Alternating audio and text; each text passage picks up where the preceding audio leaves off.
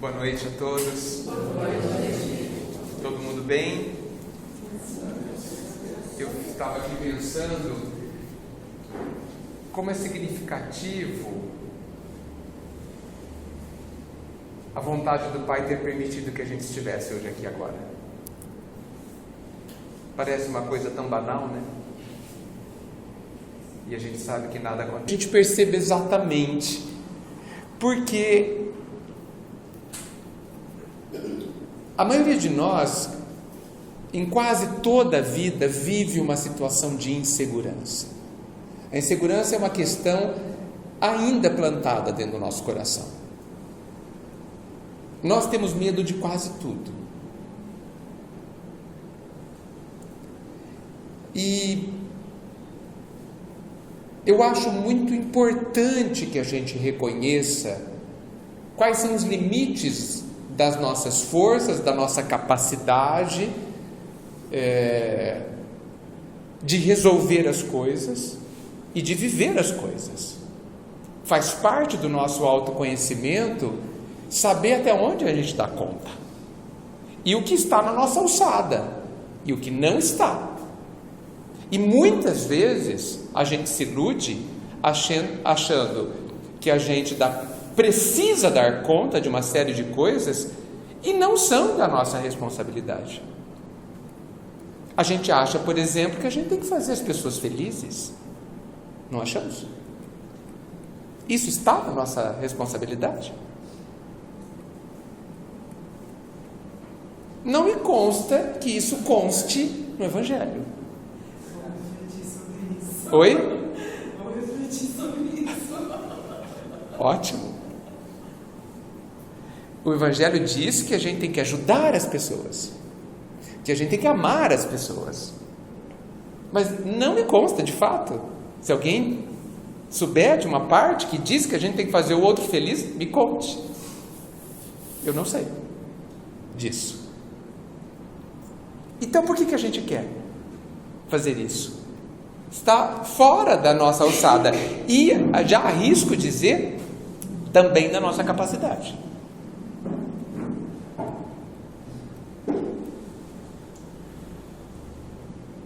Essa é uma questão importante. Outras questões que falam da nossa impotência.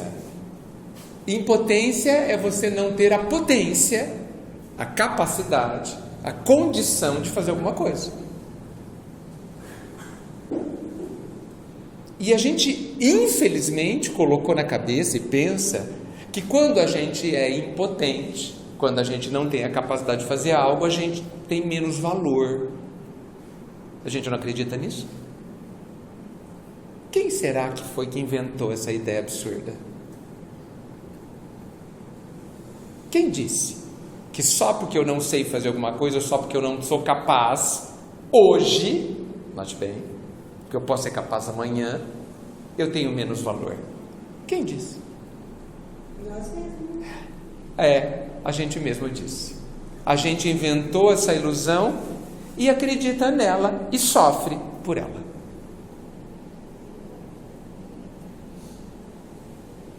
Imaginem que a gente consiga tirar da nossa vida essas duas coisas.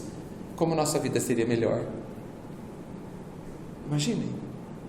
E nós podemos, está nas nossas mãos, decidir o que a gente vai pensar e decidir o que a gente vai acreditar. Nós temos o poder de pegar as nossas crenças e desidratá-las até que elas morram e a gente joga fora. A gente tem esse poder. Deus não vai tirar de nós as nossas crenças iludidas.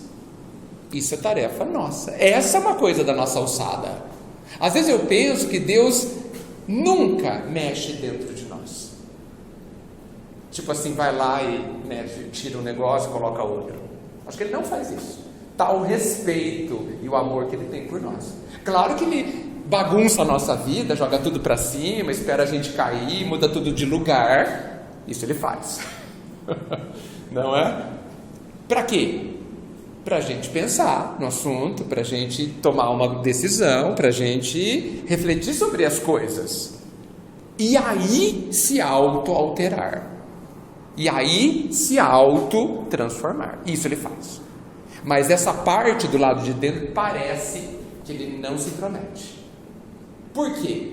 Porque ele nos deu a capacidade de fazer isso. E eu tenho a impressão de que quando a gente tem a capacidade de fazer algo, ele não move um dedo sobre isso. Não move um dedo. Você que tem que aprender, filho. A gente não fala isso para os nossos filhos? Eu não consigo. Consegue? Tenta. Estou aqui, estou esperando. Isso é educativo. Isso é para mostrar para a criança e para o ser humano, que somos nós, que nós somos capazes. A gente apenas não sabe disso. Apenas a gente não acredita. Mas a gente é capaz. E como é que eu vou descobrir que eu sou capaz? Sendo, aspas, obrigado a fazer. Quantas situações vocês viveram já na vida, que se alguém te falasse assim, a semana que vem vai acontecer isso, isso e isso, e você vai ter que dar conta. Imagina que a vida te avisasse, você ia falar, não vou dar conta, não vou conseguir, não sei fazer isso. A gente não ia falar isso? Aí, oi? Ia sair correndo. Sem dúvida. Por quê? Porque a gente se desconhece. Então a vida não pergunta, ela entrega o pacote. E a gente vai lá e faz, não faz? Chora, esperneia, não sei o que, a gente faz um monte de coisa. Quantas coisas vocês conseguiram realizar que se te avisassem vocês não acreditariam serem capazes? Muita coisa, né? Quantos desafios vocês venceram? Sobre coisas que você não tinha ideia que eram capazes. Quantas forças vocês tiveram e vocês não sabem de onde elas saíram. Tá certo isso?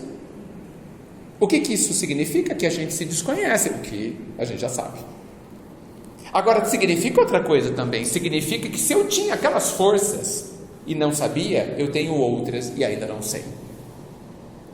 E é por isso, gente, que o Pai nos dá determinados desafios, que a gente chama, infelizmente, de tragédias. Tragédia é uma palavra que não está no vocabulário divino. Só a gente que sabe falar essa palavra. Para nós, qualquer coisinha é uma tragédia. Tá? Para Deus é só um desafio. Que Ele sabe que a gente é capaz de fazer. Ou sabe que a gente é capaz de aprender a fazer. E por que Ele sabe isso? Porque Ele nos fez. Ele sabe do que Ele está falando. Ele sabe com quem está lidando. Percebem que isso muda todo o panorama da vida, gente? Mesmo assim, Ele nos ampara. Por quê? Porque tem coisas que a gente, de fato, não dá conta ainda. Porque a gente é pequenininho, espiritualmente falando. A gente é ainda criança, não consegue levantar muito peso.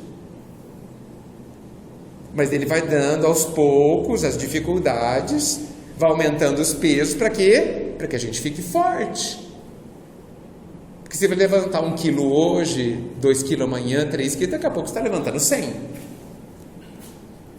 Então, se a gente enxergar, mas enxergar com vontade, que a gente está num grande treinamento, que a gente está numa grande escola para aprender a desenvolver os nossos poderes, as nossas capacidades, a vida não terá mais essa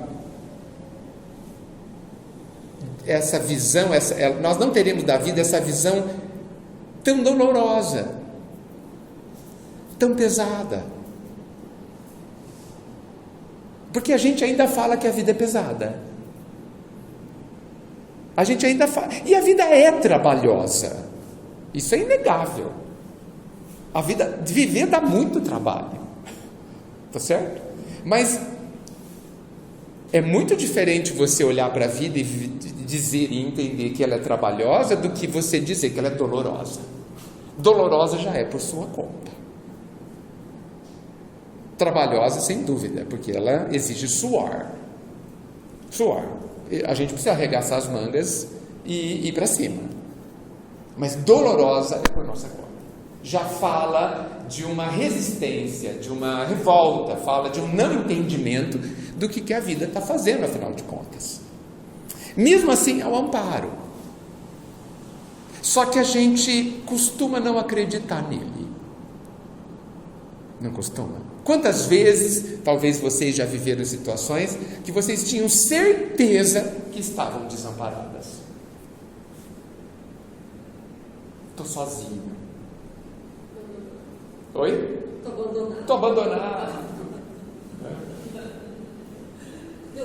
Deus me abandonou. O que eu fiz? Por que eu? Essas frases clássicas das horas trabalhosas.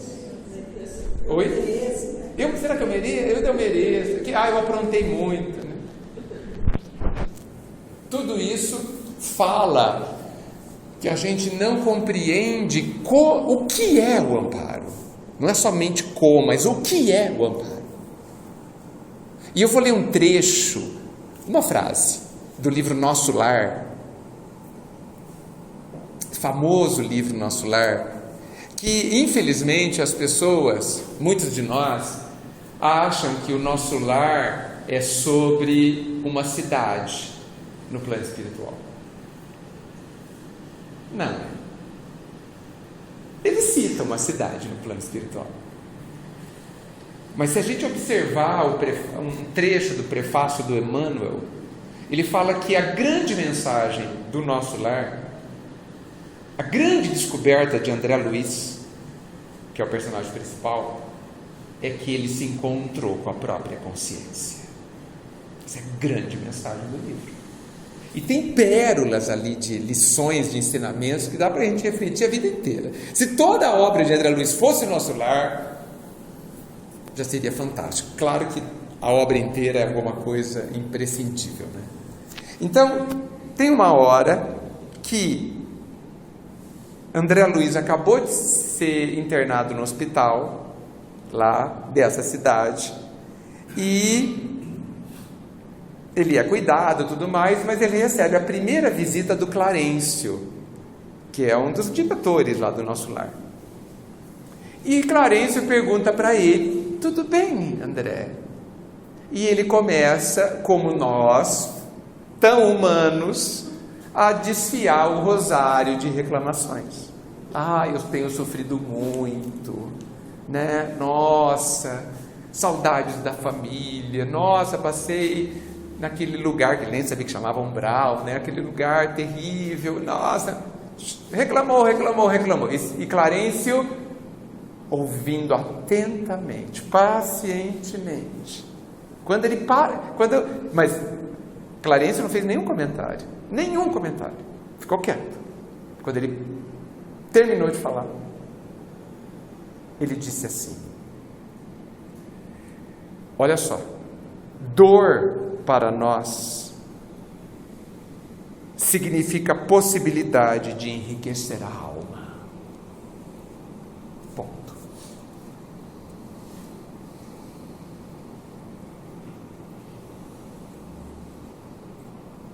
Ele está falando que a dor é boa, certo? Que a dor traz benefícios, que a dor enriquece. E aí, gente, o que a gente faz com isso? Porque a gente não gosta da dor, né?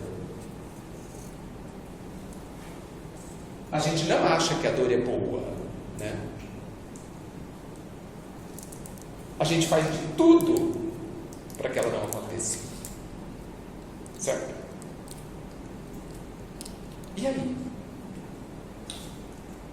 Como a gente vai lidar com essa informação, ou com esse conceito definido por Clarencio? A dor, para nós, para eles, os mais evoluídos, significa possibilidade de enriquecer a alma. O que vocês acham disso? E aí, o que a gente faz com isso? Começar a procurar a dor? Não. A gente só toma mais remédio na hora que precisa. A gente não sabe Não temos maturidade para definir quais são as lições que a gente precisa ter. Não sabemos isso. Nós somos alunos ainda que não conseguem definir as próprias lições. Até quando isso acontece no plano espiritual, a gente vê isso com o próprio André Luiz, a gente precisa da assessoria de alguém que tem uma visão mais ampla que a gente. Nós não sabemos ainda o que é bom para nós. Por isso nós somos cuidados pela vida, pelo imenso amor do Pai. Da mesma forma que nós, com os nossos filhos pequenos, nós decidimos por eles, até que eles tenham algum tipo de consciência e maturidade para decidirem por si. Então, tal idade você vai tomar vacina, eu não te perguntei se você quer. Tal idade você vai tomar remédio, tal idade você vai na escola, tal idade você vai fazer isso, isso e aquilo, ponto. Não é uma pergunta. Vocês perceberam que o pai também não pergunta para a gente, né? Ele entrega. Por quê? Porque a criança quer tomar vacina, gente? Não. Quer ir na escola? Talvez depois de ter ido alguns dias ela adore, mas assim no primeiro dia ninguém quer. Então não pergunta, vai. Para nós também, ele nos entrega a lição.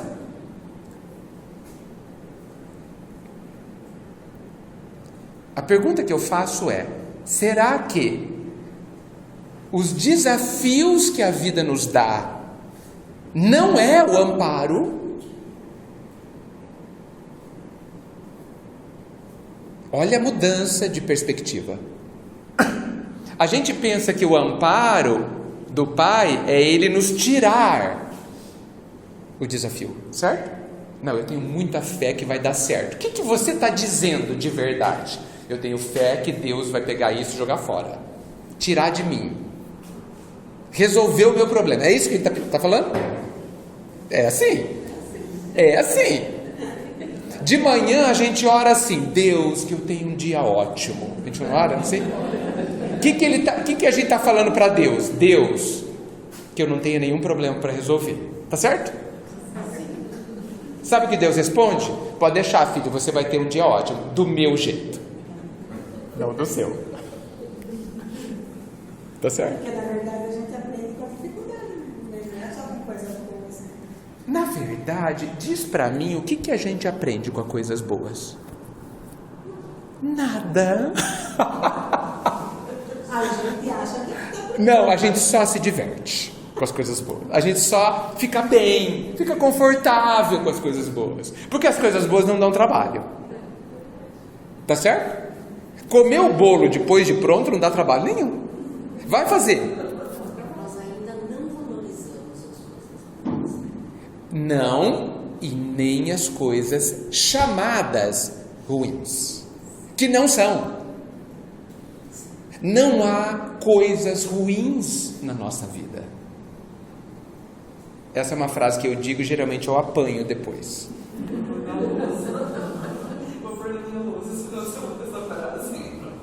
Cuidado, você pode apanhar. Não há coisas boas, você não vive por aqui, é isso, né? Deve ser assim. Você não vive nesse mundo. Veja, eu insisto, viver aqui é muito trabalhoso.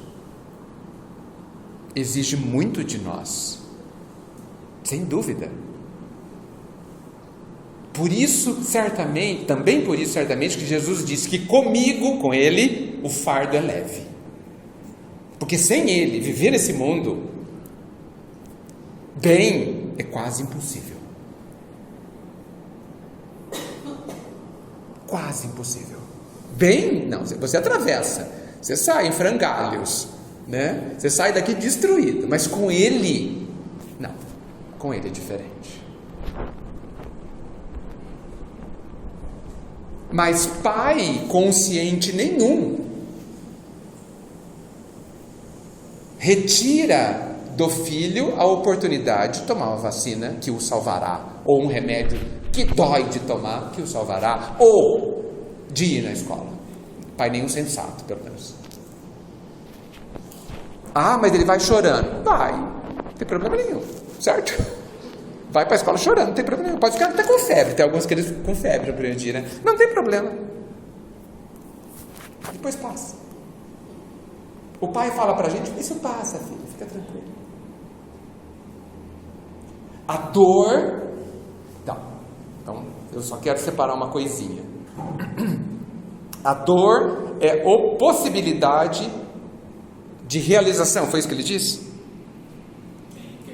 De enriquecimento. É que ele continua, eu vou continuar. E a luta constitui caminho para a divina realização. Depois o Clarencio dá uma paulada no André Luiz, dizendo: por aqui a gente não reclama. E ele fala um monte de outras coisas, e aí ele fala assim: vamos começar de novo? Como vai, André? E aí ele fala: tá tudo ótimo. Tá tudo tão bom. Porque, gente, olha só, eu estou me disciplinando aqui para falar da forma mais correta possível. Nós recebemos da vida situações trabalhosas, situações que muitas vezes nos dão medo, porque a gente não sabe resolvê-las. Da mesma forma que quando a gente vai na escola, o professor dá um exercício que eu não sei resolver. E ninguém acha grave isso, porque a gente está lá para quê? Para aprender a resolver. Então está tudo certo, eu estou num lugar onde eu não sei, para que saiba, para que aprenda. Não é aqui o que nós estamos fazendo? Só que por que a gente esquece disso? E por que a gente vive pedindo para Deus nos amparar, querendo na verdade que Ele nos livre dos exercícios? Que se Ele fizer isso, nós vamos continuar ignorantes. Nós vamos continuar sem saber quem somos. Nós vamos continuar sem saber a amar. Nós vamos continuar sem experimentar a felicidade que vem do amor, que nós sentimos e não que me dão.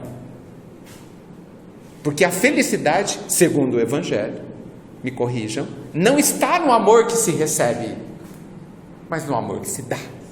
Não que seja ruim receber, não é. Porque na verdade a fraternidade colocada pelo Cristo, pelas leis, é de troca. É de dando que se recebe. Não no mesmo tempo, nem da mesma pessoa, nem nessa ordem, não no mesmo instante, mas que receberemos. Porque muitas vezes a colheita não está tão próxima da plantação. Pode demorar. E isso as leis têm suas dinâmicas de realização em nosso benefício. Mas agora, de onde vem a dor? Porque eu estou falando de exercícios, né? Não estou falando de dor. De onde vem a dor? De como a gente enxerga o exercício. A dor vem das nossas ilusões sobre as coisas. As grandes dores que a gente sente na vida estão ligadas normalmente à desilusão. Quando a gente fala assim: mas eu pensava que... Quando você fala isso, é porque você tinha uma ilusão. Eu pensava que a outra pessoa ia fazer tal coisa. Pensava por quê? Eu pensava que amanhã ia fazer sol. Por quê? Na verdade, você criou uma expectativa. Muitas vezes imatura, muitas vezes completamente descolada da realidade. Projetou aquela realização. E quando não acontece, a gente sofre. Então, eu preciso concluir que o sofrimento é produzido por mim.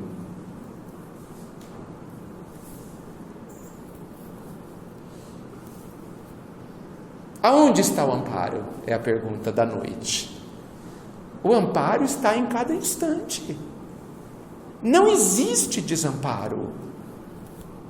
O amor do Pai, com as suas características infinitas e perfeitas, torna o desamparo do Pai aos seus filhos uma coisa sem o menor sentido. Mas eu me sinto desamparado. Acredito. Nós nos sentimos desamparados, como vocês disseram. Por quê? Porque a gente, primeiro, não entende como o amparo funciona, não entende o que é o amparo, e não aprendeu a sentir a presença do Pai. Não que a gente não possa, porque a gente pode, sempre, mas porque a gente não explora essa possibilidade, a gente não exercita, não desenvolve esse relacionamento com o Pai. A gente não sabe ainda, ou não, e nem tentou muitas vezes, se relacionar com o Pai. A gente apenas pede e acha que nós vamos ser ouvidos. Mas o problema não é que ele não ouça, o problema é que a gente não ouve a resposta. Porque a gente espera a resposta de um jeito. E se ela não vir desse jeito, a gente não percebe do jeito que vem. A gente quer que Deus abaixe aqui e fale pra gente, vai ficar tudo bem. Eu tenho um amigo que fala assim, Edgar, fala aí pro Deus que você acredita, desse jeito, para ele parar de falar com parábola, porque eu não entendo nada. Para ele ser mais claro, ele fala assim, fala para ele ser mais claro, que eu não estou entendendo. Tá, ok. Mas eu acho que ele certamente, preocupado com o nosso entendimento, ele fala de múltiplas formas. Mas a gente está de olhos fechados. Por isso que disse Jesus, quem tem olhos de ver, que veja. Mas nós temos? A gente está abrindo os olhos. Uma vez eu estava com uma pessoa, e ela, numa cama de hospital, e ela estava desesperada porque ela não estava enxergando. Eu falei, abre os olhos. Ela não estava mesmo, ela estava de olhos fechados. Está o medo. Abre os olhos. Aí ela abriu. Enxergou. Simples assim. Nós também fazemos isso.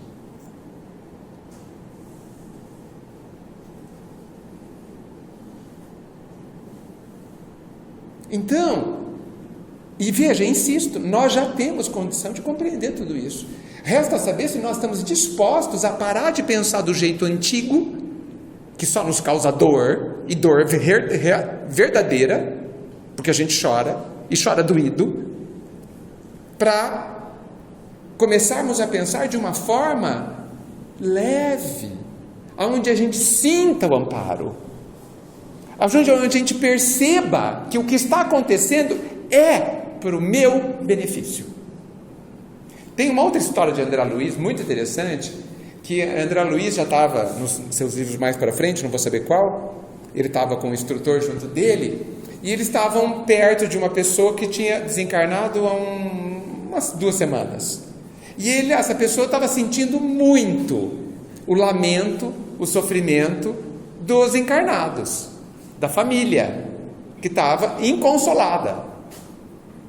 E os instrutores estavam falando que essa pessoa tinha merecimento para estar melhor. Tinha merecimento para não receber toda aquela perturbação que ele estava sentindo. Só que ele ainda não tinha condições de isolar aquilo, porque ele estava ainda em transição. E então, essa pessoa tinha merecimento de ter paz, gente. E aí o instrutor falou assim, vamos dar um problema para a família. E aí eles vão parar de pensar no desencarnado.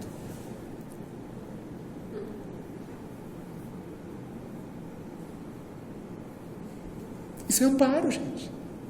O problema da família é um amparo para os dois. Para a pessoa desencarnada, que merecia a paz.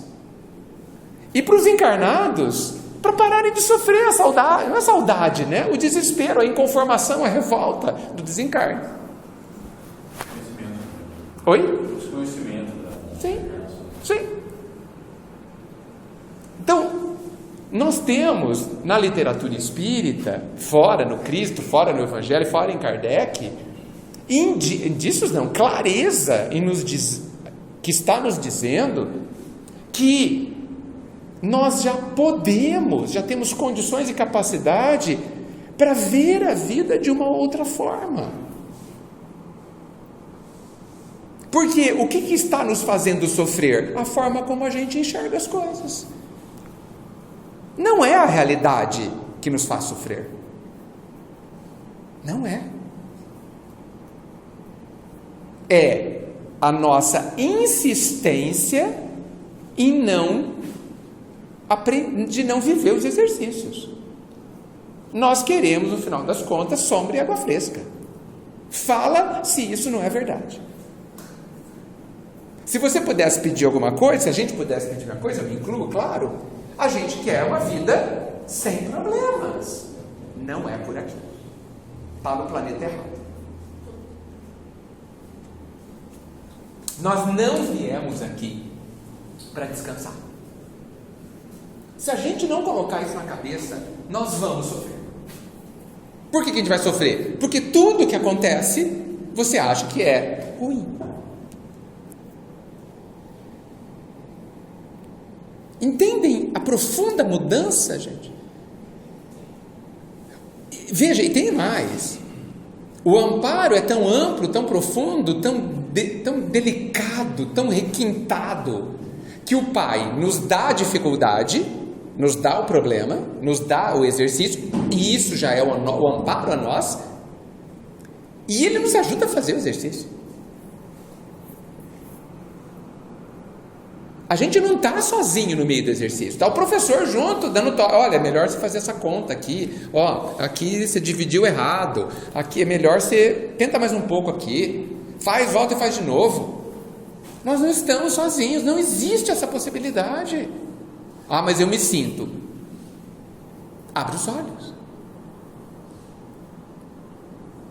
E de novo, me parece que a gente precisa entender que Deus se comunica com a gente de uma forma especial. E aí eu talvez no meu entendimento,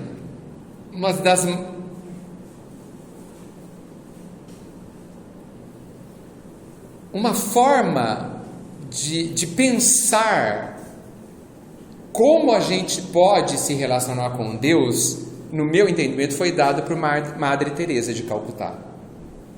Perguntaram para ela como ela orava. E ela falou assim. Perguntaram para ela como ela orava e o que ela falava com Deus. E ela falou assim: eu não falo nada com Deus, eu só ouço. Aí a pessoa ficou curiosa e disse assim: e Deus fala o quê? É uma boa pergunta, né? E ela surpreendeu a todos nós, respondendo: Ele não fala nada, Ele só ouve.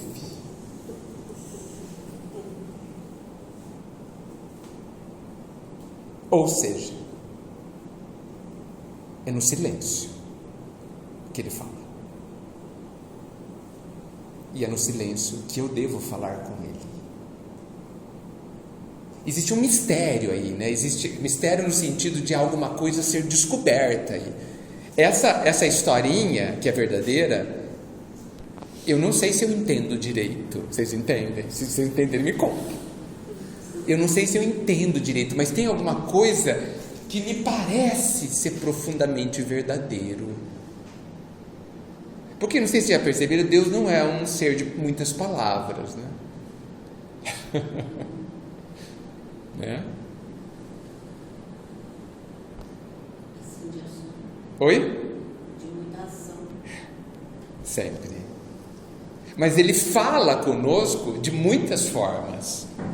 É possível pensar, e isso não é a minha opinião, de que Deus nos fala através da natureza.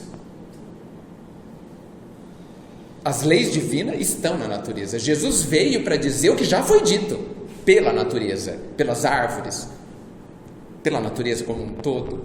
Jesus veio deixar mais óbvio, mais claro o que já está colocado, porque a natureza é a expressão divina também. Nós conseguimos nos comunicar com a natureza, que inclusive somos parte, porque nós somos natureza também, apesar de muitos de nós não nos considerarmos natureza. Então, estamos nós para que a gente sinta o amparo, não para que a gente entenda, porque eu acho que diante de tudo que foi conversado aqui, se vocês concordam, dá para entender como é o amparo, mas para sentir o amparo, que é algo muito mais poderoso, eu acho que nós somos capazes e precisamos investir tempo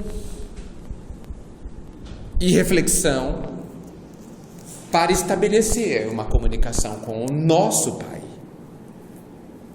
Porque eu penso que Ele fala diretamente ao nosso coração. Mas Ele nos encontra de que jeito? Distraídos. Com o quê? Com coisas de menor importância. Está lá no Evangelho. Lembra da cena? Jesus visitando, se não me engano, a casa de Lázaro, com Maria e Marta. Uma delas, eu sempre me confundo, acho que Marta. Marta cuidou dos afazeres da casa. Maria, a irmã dela, ficou junto de Jesus para ouvi-lo. Marta, que estava fazendo a comida, não sei o que, reclamou que a irmã não estava ajudando. E ele disse assim: Maria ficou com a melhor parte. Então, será que aquela hora é a hora de limpar a casa? Com o mestre na sua casa? Pensa, gente. Não é um visitante qualquer. E eles já sabiam quem ele era. E você vai limpar a casa.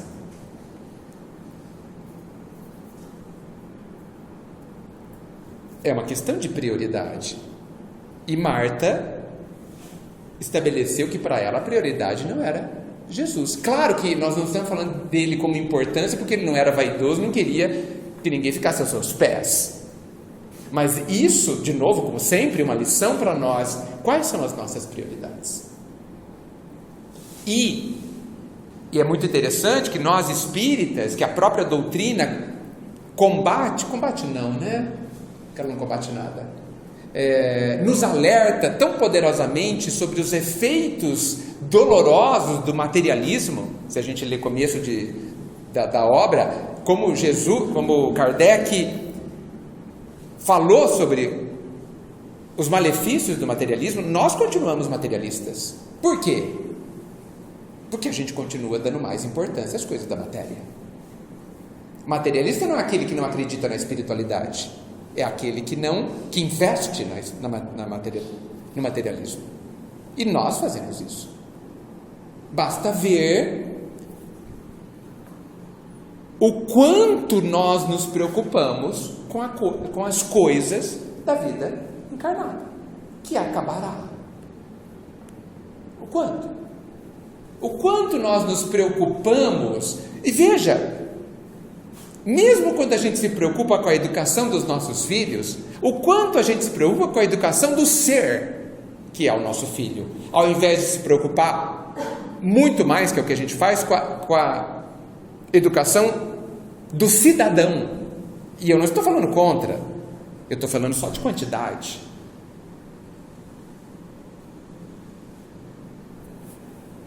E aí você tem, de fato, um bom cidadão infeliz, que não sabe entender o que é um exercício de vida, que não sabe lidar com as situações exigentes e trabalhosas da vida. Por que ele não sabe? Ninguém ensinou. Vai chorar? Vai. Porque Deus mandou coisa ruim? Não. Porque nós nos preocupamos com as coisas de menor importância. Depois a culpa é de Deus. Sempre a culpa é dele, inclusive.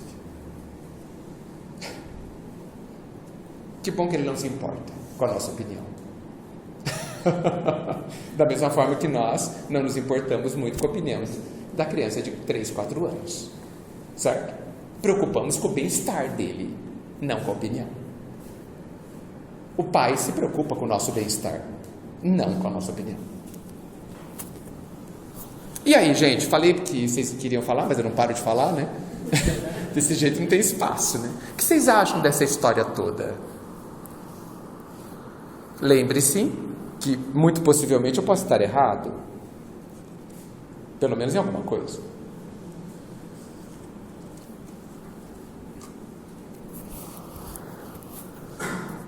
E aí? O que a gente faz com isso tudo?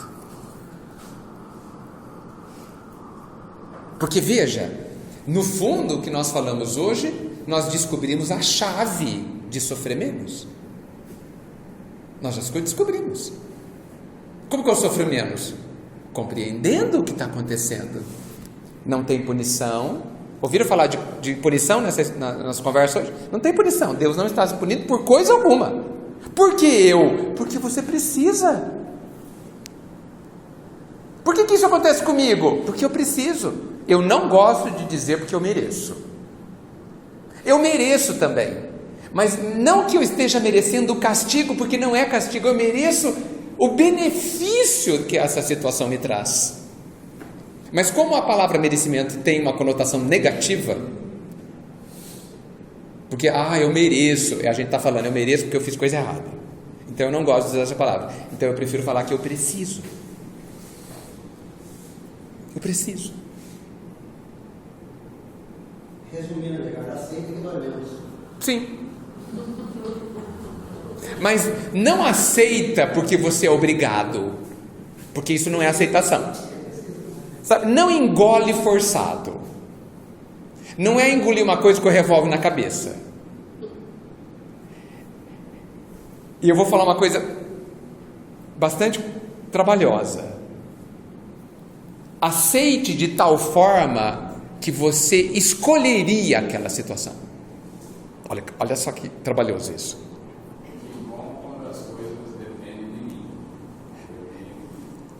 Mas quase tudo depende da gente. Veja, os acontecimentos não dependem de mim, mas depende de mim como eu vou vivê-los. Como eu vou viver o que eu recebi? O benefício que eu recebi. Isso. Eu interpreto errado. Exatamente. Ou, ele depende de mim para resolver. Sim. E aí eu vou conseguir resolver. Vai. E aprender. Sim.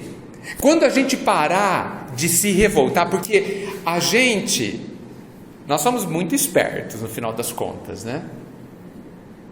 A gente aprendeu que não é bom se revoltar, certo? Que é feio. Revoltar não é bom, não dá status. Nós somos criticados quando a gente se revolta, certo? Então a gente, que é bem espertinho, que nem filho que quer faltar na escola, né? Fala que vai, mas não vai, né? A gente sabe o que a gente faz? A gente fica triste. Dentro da maioria das tristezas tem a revolta. Não tem? Estou de bico com Deus, estou triste. Ele não está nem aí. Está nem vendo o bico. Eu vivi um pensamento que quando o dia está muito difícil, os amigos ligam, a Marta vai saber, né? E aí, como que tá? Tem muita coisa boa acontecendo, está terrível, eu estou falando, então vai ter que ver essa coisa boa, não dá para interpretar mais dessa maneira. É muita coisa boa acontecendo mesmo. Sim. Você pode dizer que é bastante trabalhosa. Estou vivendo uma fase bem trabalhosa, porque dá trabalho. Os exercícios exigem de nós, vou falar em figurativo, o uso de músculos que a gente tão fraquinhos, que a gente não exercita. O músculo do perdão a gente quase nunca usa. Aí quando usa dói o músculo. Na verdade, não sabe onde está esse músculo, não sei onde está. Né? Tem gente que não sabe mexer a orelha. Eu não sei mexer a orelha. Eu não sei que músculo é esse. Então, para mim, mexer a orelha e perdoar é a mesma coisa. É tão difícil quanto. A sua palestra ficou profundamente. Que bom. Parabéns, foi muito lindo. Mas isso é da doutrina, né? Mas eu agradeço, fico contente. Então, é trabalhoso. É trabalhoso. Mas a aceitação dinâmica, a aceitação ativa, é assim, bem, aconteceu tal coisa, trabalhosa, aí você fala assim, bem, Então eu descobri que o que aconteceu é a melhor coisa que podia acontecer comigo. De tudo que podia acontecer, Deus falou: essa é a melhor. Tom. Você merece, mas porque você é amada. E Ele te deu porque você precisa. Para quê? Para ser feliz. Porque hoje, aqueles que acham que são felizes, o pai fala: mas essa felicidade é muito pequenininha. Vocês se contentam com muito pouco. Porque a felicidade, ele falando, a felicidade que eu tenho para vocês é infinita. Vocês não têm noção. Então vamos, gente. Vamos aprender mais sobre felicidade, porque o que vocês sabem é muito pouco. E eu não vou deixar vocês só com essa felicidadezinha que vocês se contentam. Isso é amor. E aí ele manda exercício. Vamos, você pode mais do que isso. Se você aguentar isso, você aguenta mais. Hã? Claro que vai, mas nós vamos até gostar dele. Gostar no bom sentido. O Divaldo tem uma palestra que ele fala assim, que quando a doença chega para ele brinca e chama ela de Dona Doença. Dona Doença, pode entrar, porque ela falou que bate na porta, ele abre, pode entrar. Aí ele fala assim: até porque se eu falar para ela, se eu não abrir a porta, ela arromba, né? Então vamos abrir a porta, que é melhor. Abre a porta e senta e convida para um chá. A doença. Ou a dor, podemos chamar a dor também. Dona Dor, pode sentar. E ele fala assim: olha, para a doença e para a dor. Pode sentar para tomar um café. E eu sei que a senhora veio me contar alguma coisa que eu não sei. Você veio me ensinar algo que eu preciso aprender. Ok, mas eu vou avisando. Ele fala para a Dona Dor: quando eu aprender, você vai embora. E a Dona Doença e a Dona Dor falam: combinado. Porque essas situações difíceis, trabalhosas, elas só vieram para nos ensinar alguma coisa. É o único objetivo delas. Elas não servem para outra coisa. Elas não servem para castigar, porque Deus não precisa que a gente seja castigado.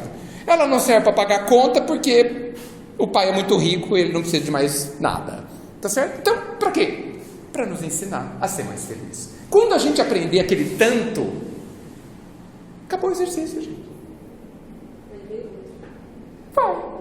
Pode ter um período de folga, então pode folga, sabe, o intervalo entre um exercício e o outro que tem na escola. Tem o recreio, a gente sai, come um lanche, mas não é muito tempo, a maior parte do tempo na escola a gente fica dentro da sala de aula. Insisto, se a gente sonhou a nossa vida como sendo uma vida sem dificuldades, sonhou errado. Sonhou um sonho de criança. Iludiu-se, porque quis. Porque uma criança, e criança física, de 5 anos, pode sonhar o que quiser. Mas nós não podemos mais. Podemos, tanto é que sonhamos, né? O que a gente quiser, mas já é uma coisa, como eu diria, uma opção. E nós podemos optar pela ilusão. Somos livres, gente. Só que tudo tem suas consequências. Depois de toda ilusão, sempre tem a desilusão. Obrigatoriamente. Não existe ilusão que dure para sempre. Uma hora a casa cai. Tem que ser um sonho pé no chão. Sim. Porque até sonhar a gente precisa aprender. Imagina que, veja, e eu não estou falando que o pai tolhe os nossos sonhos. Eu quero ser astronauta. Ótimo, pode querer ser. Mas, por exemplo, eu tenho 59 anos. Eu não vou jogar bem basquete mais. Tá certo isso? Se eu sonhar isso, eu estou em um sonho imaturo. Eu vou me frustrar. Agora eu posso? Posso. Depois eu vou chorar? Vou.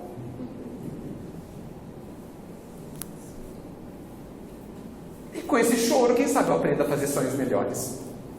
Né? Ou na hora certa, quando eu tinha 18, por exemplo. Né?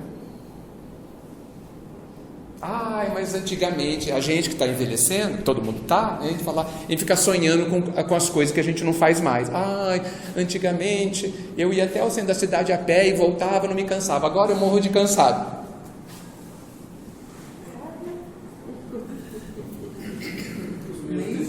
Meus 18, eu levantava, eu carregava um caminhão e derrubava e tudo bem.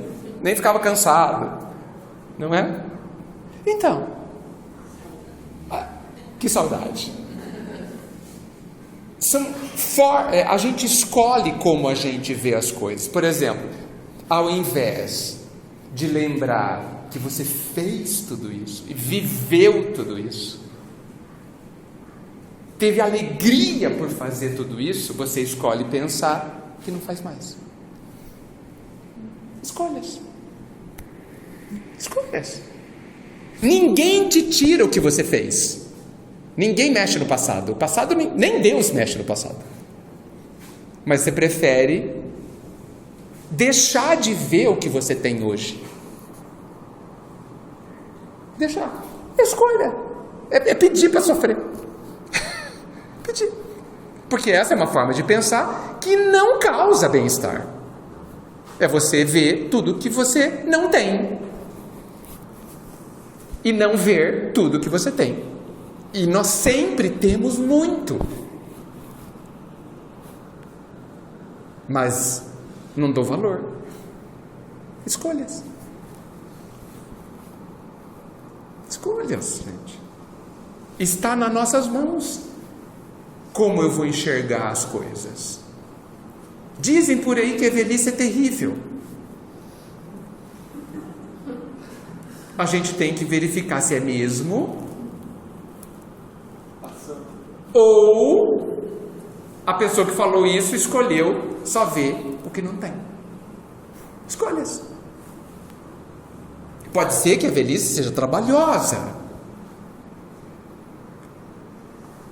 Certamente a velhice do corpo, né? Ela é uma situação de interiorização, aonde não é para fazer mais coisa. Não é para fazer.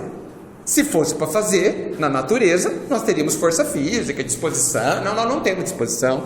A gente se cansa fácil, quebra fácil também, cai fácil, faz tudo faz, né? Então, não faça. Por quê? Para fazer outra coisa. O quê?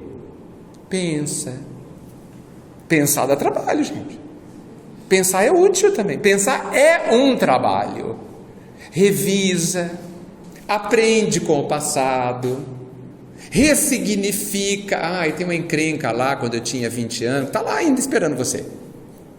Você já resolveu aquela encrenca? Dentro de você? Não, vai ficar te esperando. Aproveita que você não pode mais ficar andando pela cidade, que não tem muita coisa para fazer, porque meu corpo, não eu, não dá conta. Vamos resolver aquele problema lá, que está só dentro de mim, inclusive? Vamos resolver? Você tem tempo. E a vida está falando assim para você: volte-se para dentro. Porque no começo da vida encarnada é uma vida onde você desabrocha, né? Você se abre para o mundo. O jovem quer conquistar o mundo, quer ver tudo, conhecer tudo, viajar para todos os lugares, conversar com todos, fazer tudo. Esse é o tempo dele. Depois, na maturidade, 30, 40, você se acalma, graças a Deus. Graças a Deus. A vida devia começar realmente aos 40, devia nascer com 40 anos, né? Seria ótimo, né? Porque um monte de coisa já passou, né? Com 40, 30 anos, você começa a entender algumas coisas. Não é certo, gente? Algumas dúvidas são resolvidas, algumas angústias acabam, as coisas, parece que você começa a colocar as coisas dentro das caixinhas. É um período de grande de possibilidade de grande crescimento íntimo, principalmente. Você prioriza de forma diferente, os seus objetivos são diferentes. Quando chega aos 60, 70, e agora pode chegar até 90, né? É um período onde você começa a fazer balanço, a fechar o ciclo. Como que você, o que você faz quando fecha o ciclo? Analisa o que eu aprendi, avalia o que valeu a pena. Olha que interessante isso.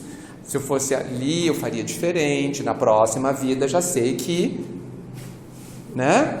Vou aproveitar, eu vou fazer tal. É uma vida para dentro. Não quer dizer que não pode fazer nada. Pode, mas com cuidado para não cair. Tá certo? Cuidado para não cair, para não se machucar. A aceitação, eu tenho novos limites. É muito instrutivo a gente descobrir os limites do corpo, que não são os meus, porque eu não sou o corpo, ok? O corpo é o corpo, ele tem o seu caminho, vai lá, eu sei para onde ele vai, e eu tenho outro caminho, e eu sei para onde eu vou também. Eu vou viver, e o corpo encerra o seu ciclo, agradeço a ele, pronto, acabou, né? Porque depois tem outro, né? Então eu encerro o ciclo, né? Eu começo a agradecer o que eu antes não agradecia, porque na minha pressa eu não via. Eu começo a viver mais lentamente, e isso não é ruim, isso é positivo, porque, não sei se vocês perceberam, essa velocidade da vida está nos matando. Ninguém degusta mais nada, ninguém sente o gosto mais nada, engole porque tem mais coisa para comer, exemplo, mais coisa para fazer. Ninguém vive a situação que está vivendo, ninguém está aonde está. Então, o envelhecimento, o corpo vai te segurando, calma, não tenha pressa. Para que pressa? Degusta as coisas, para olhar, para enxergar, para pensar. Isso dá um trabalho louco, gente. Até porque muitos de nós não estamos habituados a fazer isso e por isso sofremos. E não queremos uma situação estática. Eu quero ter 40 anos para sempre. Esquece. Não vai ser assim. Não pode ser assim. O pessoal está falando de viver até os 200 anos. Deus me livre. Eu quero ver quem dá conta de viver 200 anos da própria cabeça. Eu quero ver quem dá conta do que está dentro da cabeça com 200 anos. A gente não dá conta com 90. Eu quero ver. E possivelmente Deus vai deixar, só para a gente entender o que significa. Porque Deus não deixa a gente fazer muita coisa, mas às vezes Ele deixa só para a gente aprender. Você quer? A gente faz isso com os filhos também, né? Você quer ir lá? Vai. Eu vou ficar aqui esperando. Vai voltar rapidinho. Porque a gente bate o pé, né? Tá bom, vai. Depois eu te salvo.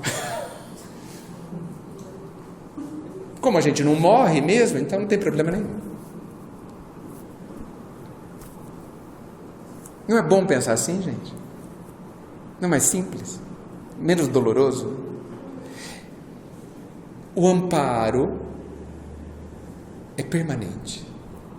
E eu vou encerrar contando uma história que me emociona sempre. Vou ver se eu consigo contar. Alguns anos atrás, uns 20, 30 anos atrás, era comum, não sei se é comum hoje, mas muita gente, muitos pais, geralmente mães, levavam os filhos para a praça, para os filhos brincarem na praça, né? Lá tinha areia, né? Gangorra, aquelas rodinhas que rodavam assim, né? Então, juntava um monte de mães lá, um monte de criança e ficava lá, né? Antes do almoço, depois do almoço, não sei. Aí as crianças adoravam, né? As mães ficavam no banco, conversando, né? E os filhos brincando lá, e as mães meio de olho, claro, né? Um ouvido aqui, outro ali, né? E não sei se vocês se lembram, mas as crianças esqueciam do mundo, né? E brincavam. Mas de repente, a criança para de brincar, agachada se levanta e procura: onde está minha mãe? quando ele vê, ele se acalma e volta a brincar. Não era assim? Por que ele se acalma e volta a brincar? Porque quando ele vê a mãe ou o pai, ele sabe que tudo está bem. Que qualquer problema que ele tenha, basta gritar. E alguém vai resolver. Alguém vai amparar. A criança fica em paz e brinca em paz, certo? Porque ele sabe que a mãe está ao alcance da mão, do grito. O pai está ao alcance do grito. O que a gente precisa é levantar-se do nosso brincar de viver e procurar por ele. E quando a gente o vê, e a gente precisa aprender a vê-lo. O Senhor está aí? Ótimo. Vou continuar a brincar de viver. Porque está tudo bem. Eu só queria confirmar se o Senhor estava aí. E Ele sempre está. Nos falta isso. Aprender a se levantar dessa brincadeira seríssima de viver e enxergar Jesus ou o Pai, tanto faz. Enxergar com absoluta convicção. Absoluta convicção. Você está aí? Então está tudo bem. Eu posso continuar a resolver os meus exercícios. Se eu enroscar, eu nem preciso pedir. Mas eu posso pedir. E eu serei ajudado. Não da forma que eu, muitas vezes, na minha ilusão e ignorância, espero. Mas da forma que eu preciso. Nós todos, 100% da população criada pelo Pai, é amada e amparada. Quando nós colocarmos isso no nosso coração, muitas rios, oceanos de lágrimas deixarão de existir. E isso é tarefa de cada um de nós.